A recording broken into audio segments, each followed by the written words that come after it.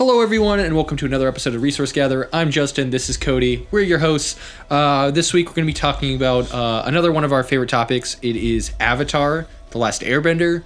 Netflix is going to be producing a live action.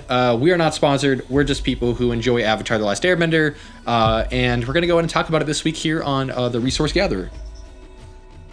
Long ago, when Cody and I were just wee little whippersnappers, a show came out that symbolized 4 distinct elements. It was called Avatar: The Last Airbender. And from episode 1, I was hooked. And that's where we're going to start this week's episode. Yeah, I mean, as soon as I told you I was going to make you laugh. But it's so good. I mean, like you said, you're hooked from day one. Like from the intro, from long ago. Yeah. With Katara's voice, I was like, yep. I'm just saying, every time they started from long ago, I mean, Star Wars, Avatar, I mean, they kind of, Oh, every time, yeah, or just, it started in a little hobbit hole. Like, it's the intros, it's what matters, but... It grips you from moment one, and you just immerse yourself into it. I mean, like, you had these arguments with your friends of, like, what element you would choose and like what you would be. Oh, 100%. What element were you, Cody? Oh, I was fire all day, man. I don't see you as a firebender. Dude, you're way too calm. I don't. Well, what was Zhang Zhang? No. Recluse, or Iroh. But Iroh had like learned the 4 elements, which is why he was so calm. Like in his early years, he was like a general and like he was like very aggressive. He was considered. You should have met young Cody in the military, who kind of got in trouble a lot for being a little aggressive with people. So in my older days, I'm a lot more calm and reserved. So see, I reciprocate a lot of feelings. Like I connected so much with Iroh because you first see him, you're like, oh, just some fat old guy that knows fire. Cool. He's just kind of hanging out, drinking tea. And then his backstories come through and everything, like all his hardships and stuff and all his learning. And I related a lot with that. In my older years, like when I was a kid, not so much. I honestly connected more with like Zuko and like his aggression on everything. Like, because that's just the kind of lifestyle I grew up with. It's like, you got to push yourself like to the absolute max and essentially burn yourself out, and then you turn around and learn about yourselves. And then you turn from Zuko into Iroh, because I mean, even when you go into the Legend of Korra, Zuko turned into like one of Aang's best friends and very calm and reserved, a respected ally, because he learned from aggression is not the answer to everything. And that's how I went through life for a long time, was aggression over passiveness. Yeah, see, I also related a lot to Zuko's story, but I think like, I don't know, the character I liked the most, but I wouldn't say is the most like me. I really liked Sokka. Yeah. And the reason I like Sokka is because I think Sokka, by far, he started off as just supposed to be the comedic relief character. Yeah. That was like his whole like shtick, right? Like season 1, Sokka was just telling jokes. He was just there for the laughs. He was there to get beaten by the Kyoshi warriors. Yep. He was not on top of everything, right? He had a catchphrase. He was the kids like joke person. Oh yeah. And then when him and Aang got together, like they were the goofiest boys. Like by far. But the thing about Sokka that I really like respected throughout the series is as he grows, you start to realize that, like, without Sokka, I don't think their story would have progressed nearly as far. I don't think they would have gotten anywhere. No, Sokka literally is like that side character that without him, the whole thing would have fell apart. Literally, like they had the episode where, like in the later seasons, in book 4, where all 3 of the other group members, without Sokka, whenever he's doing his training arc to get his sword, like all of them are like such a good arc. Oh my, yes, like I was so glad Sokka got his arc. But like regardless, like whenever he did his personal journey so late in the series, you're like, when Sokka was gone, all the other party members were like, man, where's our guy? Yeah. We like, I'm bored. And then they were all like, there was no jokes, there was no funniness. It was just like 3 boring teens who were just like, well, what do? We don't have anyone to entertain us. And that was like, I think, really crucial to why his character mattered so much. But also like his love story. Like, he was your typical teen boy. Like, he got literally like, there is an internal joke here. He was a backbender, okay? Yeah. Sokka, he might not have been bending any of the elements, but he bent a lot of backs because that man got every single lady in the series to be like, yes, I'm a Sokka simp. And you're like, Sokka! Yeah. I mean, like, yeah, he had tons of girls like going crazy over him, but you got to go back to the intro though, man. What element did you familiarize yourself with? See, I think I am a firebender by heart. And the reason is because of that. I am very quick to temper. Yeah. I am the first person to like start up and like blow up out of nowhere. Because I'm like a light switch. I can turn it on. And the army made it worse. Like, now it's like literally like I can go from like talking casually to like screaming at someone. And it took a long time to like dial that back in and lose that, because, you know, transitioning back to civilian life, you're like, you can't just like snap at people randomly. Oh yeah, no, trust me, I still catch myself once in a while, but no, I always related to the fire, but I really like, I think the element of the 4 elements I think that I find the most interesting has to be earthbending. Yeah. And the reason why is because I think that earthbending had the most creativity. Yeah. Of the 4 elements, Earth was everywhere. It was the one thing that was a constant, right? Mm-hmm. And so earthbenders had the ability, and Iroh even says that whenever he's explaining the 4 elements to Zuko in the training arc, whenever he's like, this sounds like Avatar stuff. It's the element of freedom. And so I always was like, as someone, like if we were to play like a Avatar The Last Airbender RPG, I think I would go earthbender. And I think the reason why is because of the ability to be able to use my creative muscles, my inner Sokka, and create that level of like bending. Yeah. I mean, water bending's also really unique because water is, you know, fundamentally about being fluid, about having the ability to adapt. Mm-hmm. But I think like you're saying, like your earth bending and everything was a lot of mapping and everything like that. Yeah. You know, like when they're in the cave or when they're in the library, you know, like, you know, because you had earth bending had the most diverse elements of it, because you had earth, you had sand, and you had metal. Which, you know, and those are more adaptive like styles and stuff like that. But it was interesting, you know, because it was like, yes, this is earth, but it's like, you know, Toph, she couldn't really sandbend, you know, because she couldn't see with it, she couldn't feel it out, but she could metal bend. And she was the first person to metal bend too. Yeah, which when she did that, that was like the coolest thing in the world. Like, you know, she's in that cage and just rips the door off, and everyone's like, oh, we messed up. Like, yeah. So the thing about Avatar, and I think the reason why Netflix attached so heavily onto Avatar and why they created the live action, is because we have to talk about the resurgence of Avatar: The Last Airbender. So 2020 and 2021, during peak pandemic time frame, that was when Avatar really hit its peak, because it hit Netflix, and because everyone was inside, everyone was staying in, there was this huge resurgence of like everyone being like, okay, I'm gonna rewatch Avatar. And like during that time frame, that was when like my younger brother, he hadn't really watched a lot of anime yet. Like at that point, like I showed him like Spider-Man. Whenever he was like 5 or 6, he became like a Spider-Man person. Yeah. And it was like right around that time frame where I was like, okay, he's like 12 to 13 years. Let's get him into a point where I think anime is going to be the next evolutionary leap. And I started off with Avatar. And Avatar during that time frame was like so... It really truly is the best combination of American and Japanese animation. Yeah, 100%. I mean, like, they put it on Nickelodeon. I mean, like, and that was... You know, because, like, you hear anime and people instantly get turned off from it. You know, like, some people are just like, oh, no, I'm not going to get into that. But this was, like, cartoon-esque enough to where it had a lot of, like...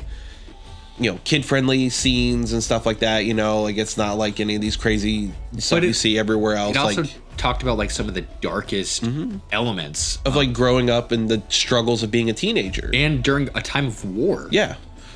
No, 100%. I mean, because like every child had PTSD. Yeah. Well, I mean, because that's the thing, like, you know, like you look at Aang, you know, how old was he? 10, 12? He was 12 in the show. He's a 12-year-old that, you know, gets his first crush, but he lost his entire family because, you know, he was technically 65 years old when he came out of the iceberg, or no, 100, 110, 112. 112. So the biggest thing I think when it came to Avatar, and I think this was like like each character obviously had their own arc. I think arc wise, my favorite arc is definitely Zuko's. I think the villain to hero arc over the 3 seasons, because it was only 3 seasons over 3 books, was probably the most well developed. Like I really liked this. Like, the pull of that. But I think Aang's journey from the beginning of the series, running away from his life because he didn't want to have to take the responsibility. He wanted to escape his responsibilities as the Avatar and just continue to be a kid. And he let the world fall into chaos because of it. And then living with the turmoil of his actions. And then eventually progressing to a point where he's like, okay, I have to kill the Fire Lord on Day of Black Sun. Like that was the day he had planned it. Like that was the moment in the series you're like, oh crap, Nickelodeon's going to actually let someone get murdered. And granted, like in the show, I'm 99.9% sure at least one person died. Yeah, I mean, they talked about like Katara's mom, like they didn't show it; it was off scene. Well, but no, not just that. Like Aang personally murdered people. Like whenever he was in Book 1 inside the giant like water fish mode, and literally just like sunk all those ships. Oh yeah, like it's kind of like whenever Batman was like, "Hey guys, I'm a vigilante and I don't murder people," but like he like drops a dude from like a 3-story building on their neck, and he's just like, "Oh yeah, he's still alive." Yeah, like sure, Nickelodeon. Yeah, but anyways, the fact that he was so conflicted about killing the Fire Lord Ozin was like they ended it by like saying you don't have to change who you are in order to achieve your objectives. Exactly. Like I think that was the best messaging to give to a child. Like, and that's why I think story writing, like that is by far one of the best written stories ever told. Oh yeah, I mean, like in 100%. I mean, then throughout the show, you know, he learned, you know, just like growing up in life, you travel, you know, because if you stay in the same town and you never leave, you know, you go to the same grocery store, you go to the same school, and you never go anywhere, you're not going to learn anywhere near as much. You know, like you look at Aang, and he traveled from, you know, he started off in the Southern Water Temple, and they went out, you know, they went to the Earth Kingdom, they went to the Northern Water Tribe. They went across the world multiple times. You know, and he learned, you know, like they met the Kyoshi warriors. They, you know, went to Ba Sing Se, you know, and they learned everything that they could from different people, different styles, different foods, like just everything. And that's a lot of life, you know, like for me and Justin over here, like we traveled the world, you know, like I lived in Europe for a couple years, you know, and I got to see like different styles and stuff. So the relation of learning and the real world applications of that show is what makes a lot of people relate to it. But it also makes you like look at yourself and be like, oh wow, how much have I developed, you know, because we've all had those issues like Aang, maybe not as severe as having to save the world, but you know, like we had to do these things that, you know, we had to get done, and if we ran away from it, eventually we still had to get them done. Yeah, like taxes every year. Yeah, sorry, don't evade your taxes. Yeah. Not a good choice. But regardless, no, I agree. I think that that was one of the things too. Like, I think growing up in Asia, having that experience of both the East and the West, I think that was really what they compromised. But then, like, also, like, there's behind the scenes footage of like the creating of the series. And one of the things I think that was really, really cool, and it's sort of the thing that makes the show so incredibly unique, is all 4 elemental styles are based off of actual martial arts. So you have the Northern Shaolin, the Southern Shaolin. That's your air style. Yeah, so that's your Northern Shaolin is, I think, fire. Southern Shaolin is air. Then you have Tai Chi, which is water, and then there's one more style that I think is earth. But what was unique during the actual documentary that Nickelodeon pushed out after the fact for the actual series is they talked about Toph. And Toph's style is so unique because they actually pulled in a specialist so like the style that they used for Toph is different than the style that's actually used for the Earthbenders. So her style, they actually brought in like a specialist, and like literally it's like this like probably like middle-aged mom. She walked in and you're like, that's the teacher? Crazy. And then she like shows you Toph's style with like holding her hands up to her body, and she's like pushing people away and like moving people the way that Toph moved. And it created a completely different look and feel for Toph's character, which is why I think it was really important for them to be able to do that. But then also, if you look at like Zuko's style in the end, like when you're looking at it from a martial arts standpoint, you see that he actually blends the four various elements, just like Iroh had taught him, in order to create his own firebending style. Which is why at the end, whenever he learned from the true like dragon style of like what harmony and balance meant for, because if you didn't notice the style that they did, they called it a dance. That was a martial arts movements that created that dance. It was supposed to be like a fighting stance, similar to like I did taekwondo when I was in like middle school. It's the same thing as doing your forms. It's the martial arts form and learning that form in order to achieve the goal of actually like defeating your enemy, because the final attack is an attack to like the body into the chest at the same time, which in a fighting position, most people block their face, and so they're going to avoid the face shot while taking the body shot at the same time and actually going down from the body shot, because it'll do more damage. Yeah.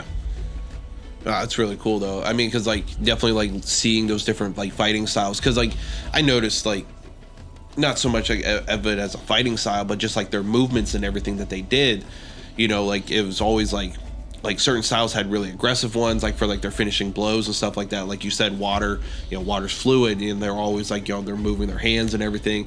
But like earth is like very aggressive forward, because you know you're essentially imagine pushing a boulder like that, you know. Yeah, and that's why they chose the specific martial arts style. So all of those movements they use in Avatar are like real movements and fighting styles, which is why it was crazy that they like the level of care the show took. Which it's funny when you like go back again, like because of the documentary, I was able to learn a lot. They didn't actually initially pitch the series to Nickelodeon. They pitched it first to Cartoon Network, and Cartoon Network turned them down. Wow. And I bet you right now somebody got fired. Someone is still kicking themselves to this day that they turned down Avatar: The Last Airbender, because it's crazy. Like that show is just so well done. But speaking of craziness, let's talk about the not so great live action before we discuss the upcoming, hopefully better live action. Yeah, I mean. So, did you actually end up watching the other live action? I think I got like partway through it, and I was just so irritated at how poor it was done. Like, it was just. I'm watching. To me, it was as bad as watching the Dragon Ball like live action. So I think one of the episodes I want to do, and it might be harder for our online listeners, but I think we could still do it. I think we're going to do a tier list of, and we should do an anime live action tier list. Oh gosh. And we should talk about all of the flops and all of the improvements. And maybe we'll do it after Avatar as like as a follow-up episode to see where it ranks on the live action tier list. But no, I agree. I think the moment that really got me, and this was kind of in the early stages, is whenever his name wasn't Aang, it was Ong. Yeah.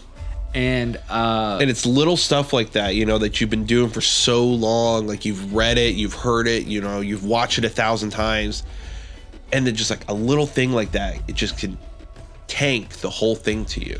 Yeah, I think like when we compare that to the One Piece live action, the biggest element I think that did well for One Piece and why the movie was so terrible for the Avatar live action was expectations, right? Yeah. So first off, when I see a product that's created in my mind as a live action adaptation, the best live action adaptations, and we could even go into like Disney movies and stuff. Oh, too. yeah. It's like I think the best live action adaptations have been like basically a receipt from the original content. Yeah. I know a lot of people enjoy the idea of like, well, I'm an artist, I want to create creative spin on something. I want to create something new. That's great. Choose original content. Don't take something that is already well known and established and try to spin it and then say that it is the original piece and then deliver it to us and say, hey guys, I know you really like this thing. Here is my really, really inaccurate adaptation of that content. Here you go. Because if we want to get into the realm of that, right? Look at the difference between Full Metal Alchemist and Full Metal Alchemist Brotherhood. And tell me which series did it better, and tell me which series is still an S tier anime, and which one people like shovel sand on and like want to bury. Yeah. No, I mean, you're 100% right. You know, but I will say, and you know this for a fact, for the new Avatar that's coming out next month, they have the greatest character of all time being revived from the cartoon, from the anime. The Cabbage Man is getting his own live action play in the series, and I couldn't be more excited because no matter where the gang went, the Cabbage Man was there. So, fun fact about the Cabbage Man, right? So, so in my storytelling, Avatar: The Last Airbender is so embedded in my storytelling style that as a DM, as a person who constantly creates content, my favorite moments in Dungeons and Dragons, and you've seen it. Oh yeah. I'll bring back NPCs the same way that Avatar brought back the Cabbage Man, because I just think that that's the telling of that. He's the real. Honestly, if you wanted to do another live action and you wanted to do a creative piece, just do the live action adaptation of the Cabbage Man's journey, and it should just be like Cabbage Man surviving the Avatar, and then it's just like his journey of like living in a humble small village in the Earth Nation, and he's just sitting there and he's happy and he's progressing and he's got to feed his family, and then he like suddenly the Avatar comes into town, destroys his cart, destroys his life work, and he doesn't have any money to support his family anymore, and so he has to take his family on the road and journey out to collect more supplies. And every time he gets set up, he gets established, he starts making money, the Avatar shows up to ruin his story. And then at the end of the movie, if you wanted to do a live action, I'm telling you, this is the way to do it. He shows up at the Avatar's house, and it fades to black as you just hear an old man Aang slowly getting suffocated by an old man. Or you see a cabbage fly across screen, like, you know. No. He's just like slowly just shh, and fades to black. Well, they even like referenced it in the Legend of Korra because the Cabbage Man was successful at the end because he had and when they made that reference, I like almost peed myself laughing. Yeah, and that's so my thing is and that, you know, that goes into like the other variable, like Legend of Korra. What are your thoughts on Legend of Korra? So Legend of Korra I really enjoyed for the aspect of like, you know, same things, you know, but in the opposite effect almost from Aang. She loved being the Avatar at the start. She loved being the Avatar at the start. Aang hated it. She quickly developed all her skills except for air. Aang and her ability to have connections with spirits. Exactly. You know, like she definitely bridged that like crossover of like the spirit realm and like seeing like exactly what the Avatar state was. But honestly, my favorite part of the entire Legend of Korra is when they went on the spirit like backstory of the first Avatar. Yeah. And that was, to me, like that was so cool to see them go into all the giant turtles, you know, and seeing everything. And like, okay, like, yes, this is how this became, you know, and everything. Yeah, because it gave you a subtle flashback to the season finale of Avatar, because that's where we meet the lion turtle, and then it expressed like in lore why that was important and then their role. I will say though that you can definitely tell. So for those of you who don't know, the original creators of Avatar and Legend of Korra left after season 1. And the moment I watched the end, because I watched it after the fact. I didn't watch it on Nickelodeon like I watched Avatar because I was an adult. Yeah. I watched it on Netflix whenever during the resurge. I was like, okay, let me give Legend of Korra a chance. Love season 1, started season 2, episode 1. The moment it started, I could tell something had changed. And I went and Googled what had changed. Found out the original writers had left. And I could tell immediately, and the reason is because unlike the flow that season 1 had, where it felt very like symbolic, everything had meaning, everything had this layer of like just control, season 2's villain didn't live up to the same level. No. And the third season didn't live up to it either. Granted, I think season 3's villain was better than season 2's villain. 100%. But I do think that like I didn't enjoy it as much, and I keep going back to the ideology of like why. And the reason I think is because when you create something with love and care, the end of season 1, Korra has just developed her abilities for air. She has become the avatar that is like the final that is the final arc of becoming the avatar. Like we saw Aang's journey where he had to quickly learn the 3 elements in 3 seasons. Korra is the final arc of that story.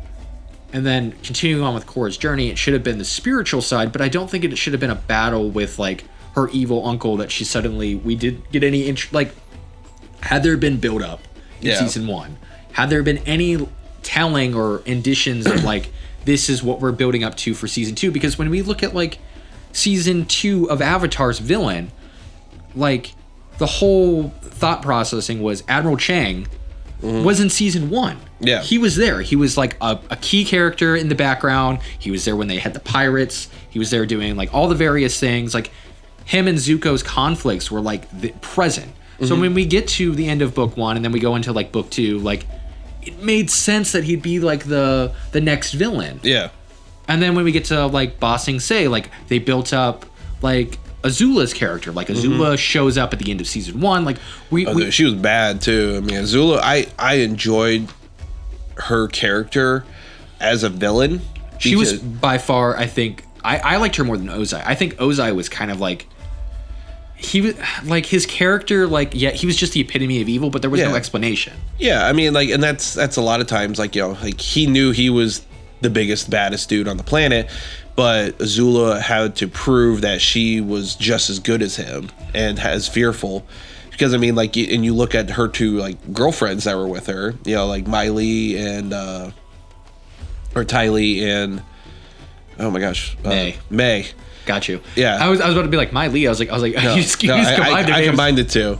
But yeah, I mean, like, and they were, because it was cool, like, the one she did, like, chakra blocking, so they couldn't use their bending. You know, that was a cool ability. You're like, okay, like, we've seen bending. Now, when they take away their bending, and it's like, they almost felt powerless, had to find other ways to, like, work. And then giving Zuko a, like love interest was really great too, because like human, like again, that was like the building process. So like I think that was the issue I think I had with the pacing for season 2 of Legend of Korra. Like, had we been given some build up that was like going, like, for example, when he shows up in season and the first episode of season 2, you're just like, oh, you're the villain.